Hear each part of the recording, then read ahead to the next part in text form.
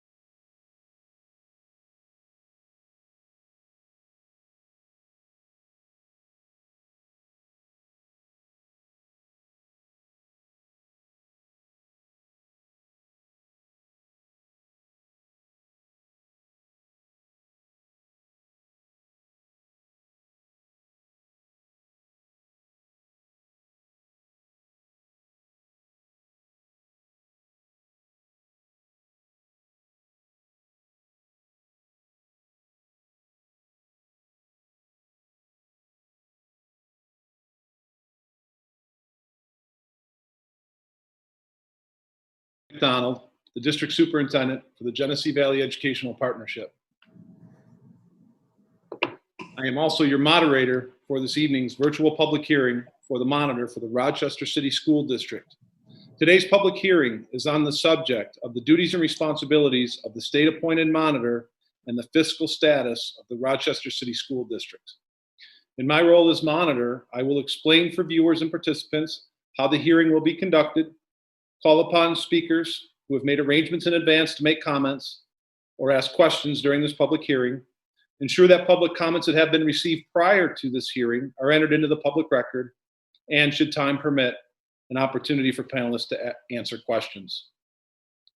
I am joined this evening by Dr. Shelley Jallow, the monitor for the Rochester City School District, Dr. Leslie Myers-Small, the superintendent of the Rochester City School District, and Christina Coughlin, the Assistant Commissioner from the Office of School Governance, Policy, and Religious and Independent Schools, who is representing the New York State Education Department.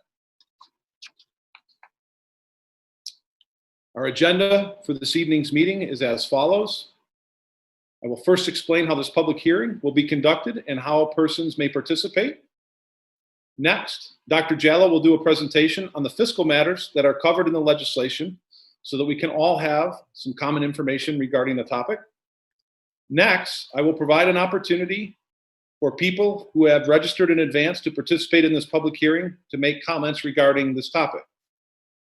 This will be followed, by time allows, by my summarizing of those public comments that were received in which the speakers are not present with us this evening.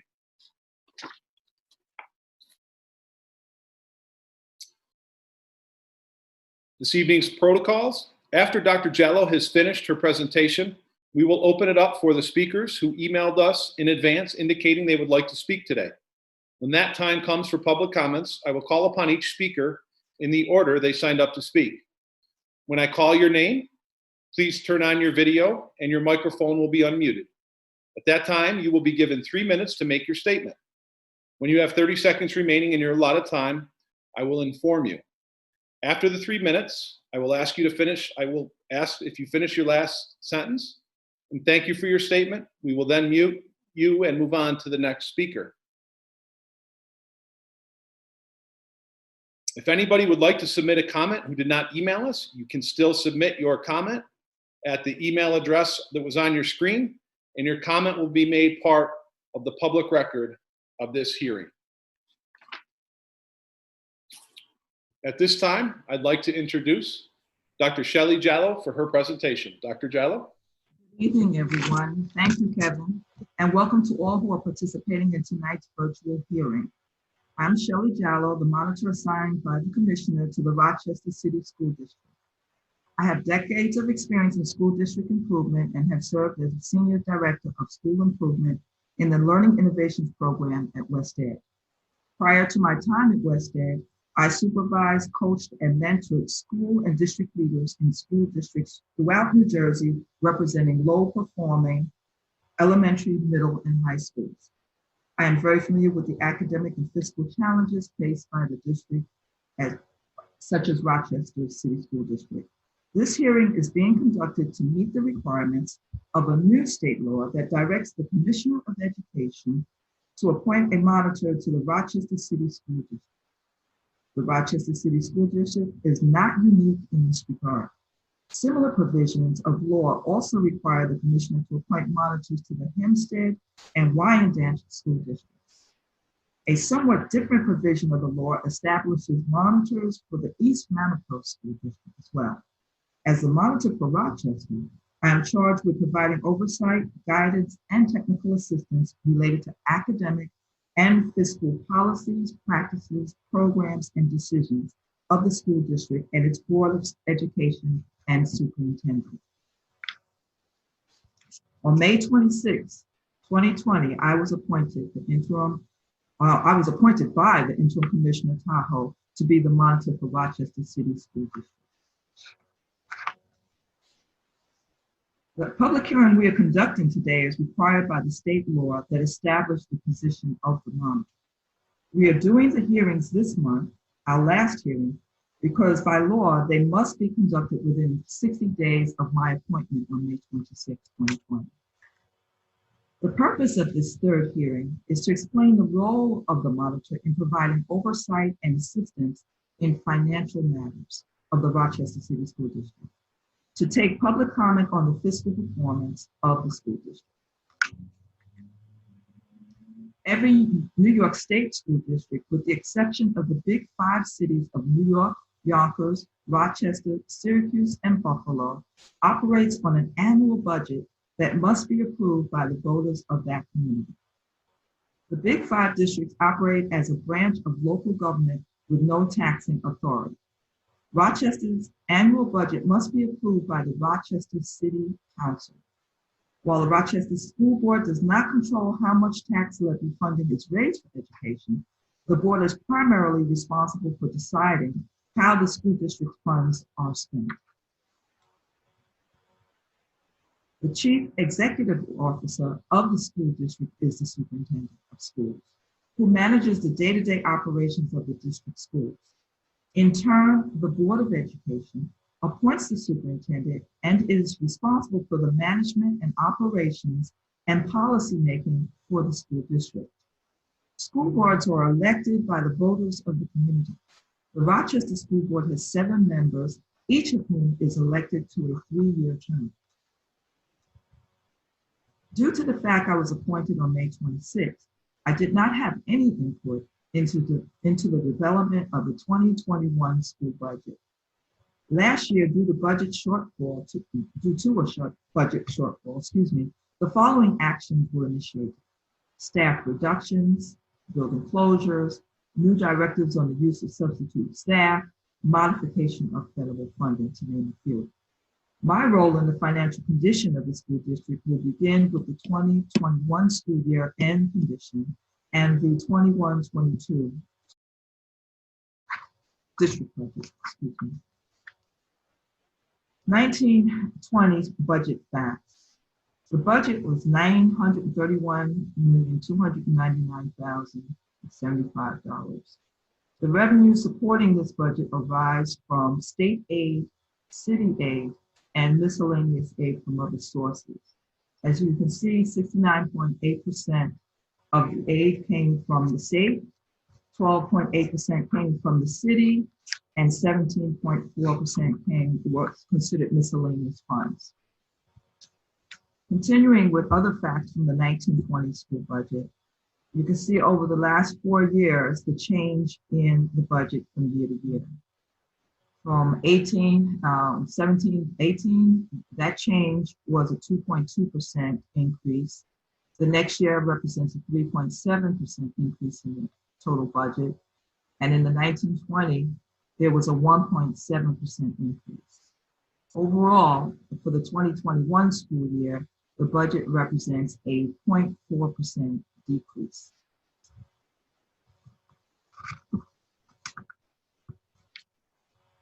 The responsibilities of the monitor are as follows: to serve as a non-voting ex officio member of the board, assist the board in adopting a conflict of interest policy that ensures board members and administrators act in the district's best interests, work with the board to develop proposed academic and financial plans for the district no later than November 1st, 2020, for the 2020-2021 school year, and for the 4 subsequent school years.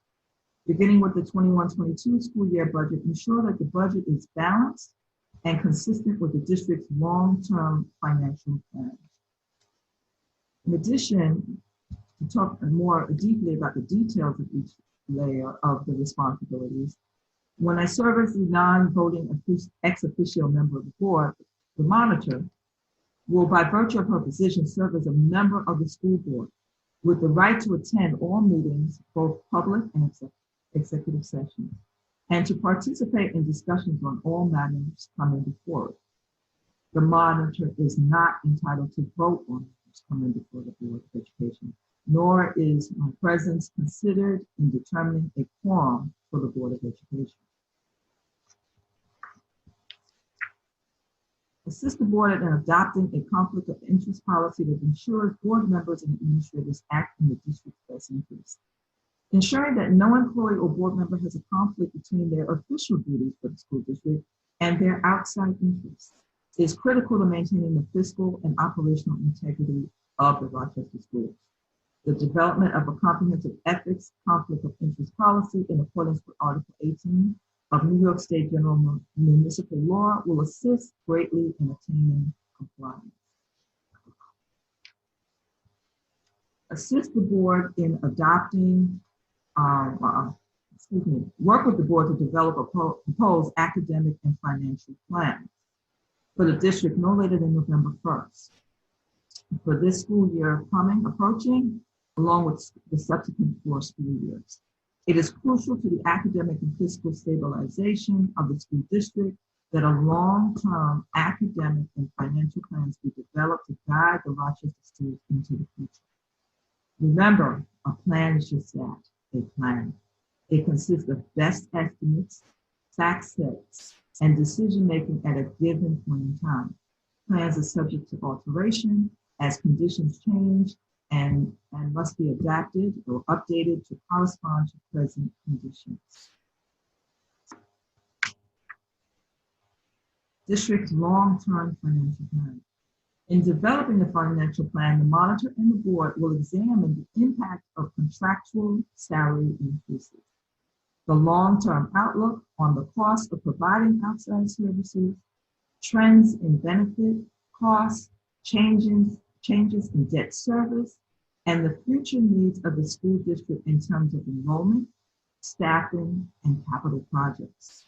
The draft financial plan will be subject to public view and comment prior to being finalized. Should there be a disagreement between the monitor and the board on aspects of the plan, Such matters will be brought to the attention of the Commissioner for resolution. Beginning with the 21-22 school year budget, ensure that the budget is balanced and consistent with the district's long-term financial plan. Beginning with the 21-22 school year budget, the monitor will be responsible for conducting a comprehensive analysis of the district's proposed budget. All budgets going forward will be conducted by the monitor in conjunction with the administration and BOE, as well as outside parties such as NYS, OSC, to ensure that assumptions and projections are reasonable and the budget appears balanced. Provide semi-annual reports on the academic, fiscal, and operational status of the district. Assist in resolving any disputes and conflicts between the superintendent and the board and among members of the board. Disapprove travel outside the state paid for by the district. Recommend cost-saving measures, including but not limited to shared service agreements. And notify the board in writing regarding violations of the financial plan. Provide semi-annual reports on the fiscal and operational status of the district. The legislation requires that a report be provided twice a year to the governor, New York State Legislature, Board of Regents, and the Commissioner of Education on the academic, fiscal, and operational status of the Rochester schools. The report shall include copies of all contracts entered into by the school district.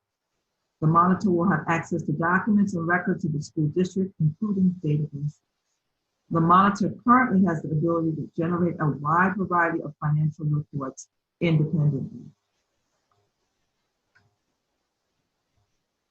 Assist in resolving any disputes and conflicts between the superintendent and the board and among board members of the board.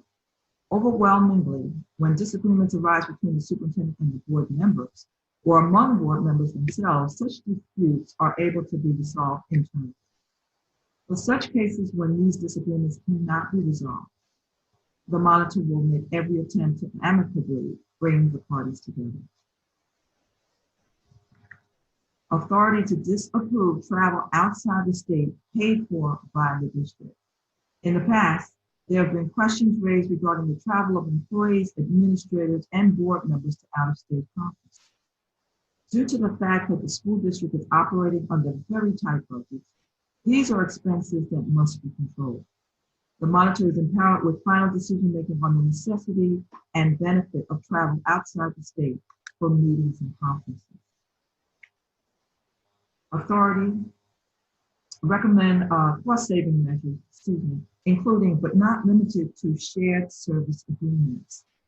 In recent years, the state of New York has made it increasingly easier for school districts to seek economically efficient ways to procure goods and services, with the goal being to save money through bulk purchasing and in conjunction with other governmental entities. The avenues to do so include buying cooperatives, New York State, county, and BOCES purchasing contracts, federal contracts, as well as businesses receiving NWBE, Minority Women-Owned Business Enterprise Certification from the state of New York. Notify the board in writing regarding violations of the financial plan.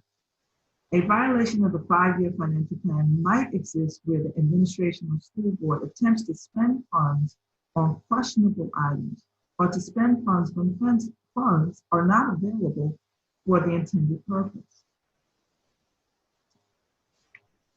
Another example of a violation of a plan would be where the school district is forced to make cuts mid-year due to changes in revenue projections, but refuses to do so, thereby jeopardizing a balanced budget at year end.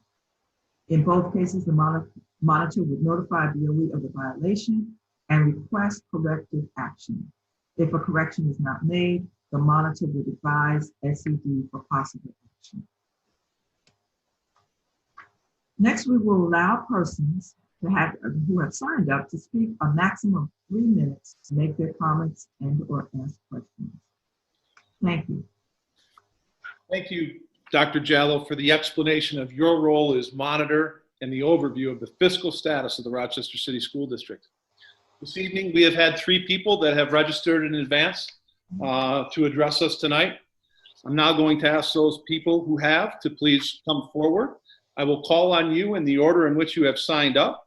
Again, each speaker will have 3 minutes. I will provide you with a 30-second warning. And at that time, I'd ask that you please complete your sentence. And at that time, we will then mute you and move on to the next speaker. When I call your name, please turn on your video. You will then be unmuted. I will introduce you, and at that time, we will start your 3 minutes.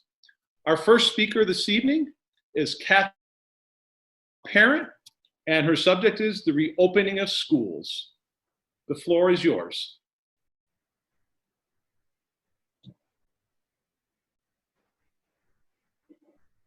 I think you're muted. Hold on. There you go. Okay, so one of my concerns is with the reopening of schools, I feel that it's not really safe to reopen schools at this point.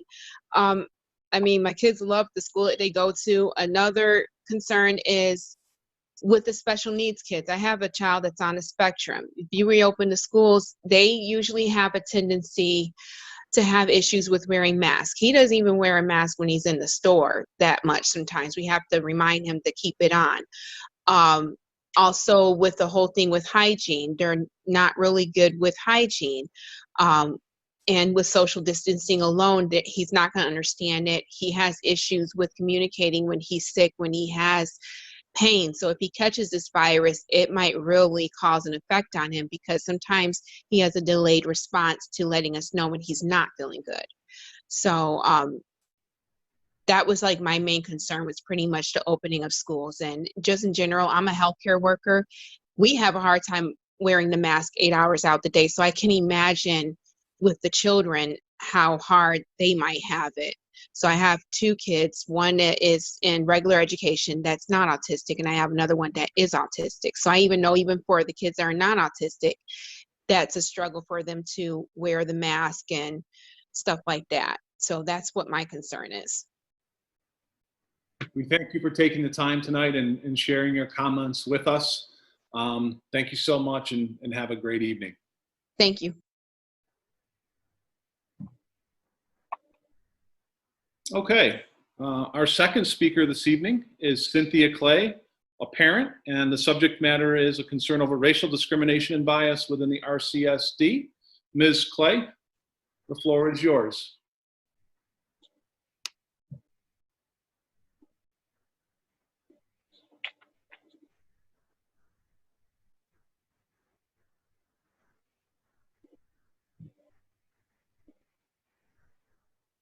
We're just awaiting for Ms. Clay to connect with the audio.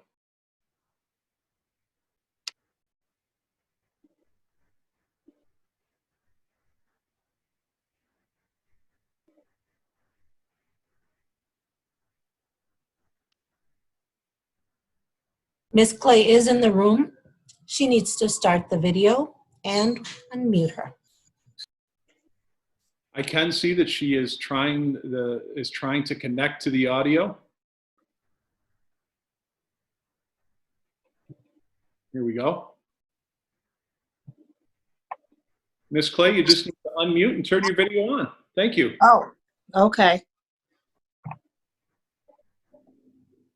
Can you hear me? We have you. Can you turn your video on? Top right corner of your box, the 3 dots.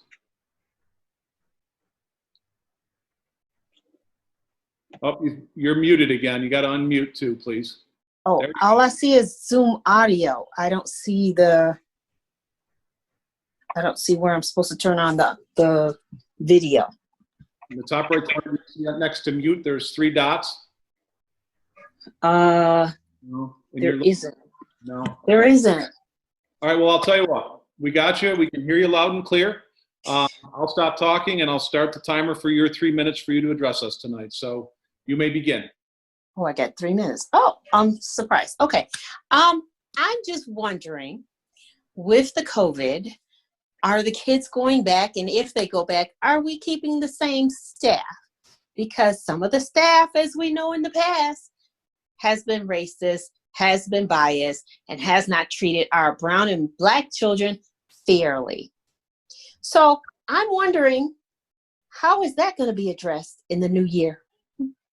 So I just have a few questions like, okay, are the same racist teachers still employed, i.e. Diane Hamilton, who attacked my son, who was 10 at the time, when he was sitting in her classroom in the music room at number 39 school?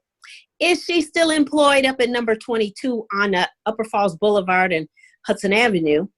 And if so, who else's children is she going to affect? Is she going to scar for life? Because my son, happy-go-lucky, you know, she scarred him, she hurt him, and nothing was done for my child or my family regarding that matter. And she still has a job and still is hiding behind her immunity clause of, I have tenure, you can't do nothing to me. This is what she told her class. And now I'm being told by other people, I don't know if it's true or not, that this is not the first school she was moved to, but the second or third, because per them, she was using a plant bottle and spraying the black special ed kids with water and calling them monkeys. And my son finally tells me that she used to call him that after how long? I'm still upset. Nothing's been done to my satisfaction, and I don't want that racist woman near any child at all. So, can you please answer those questions? Did you write them down? Are you ready? I think I'm done.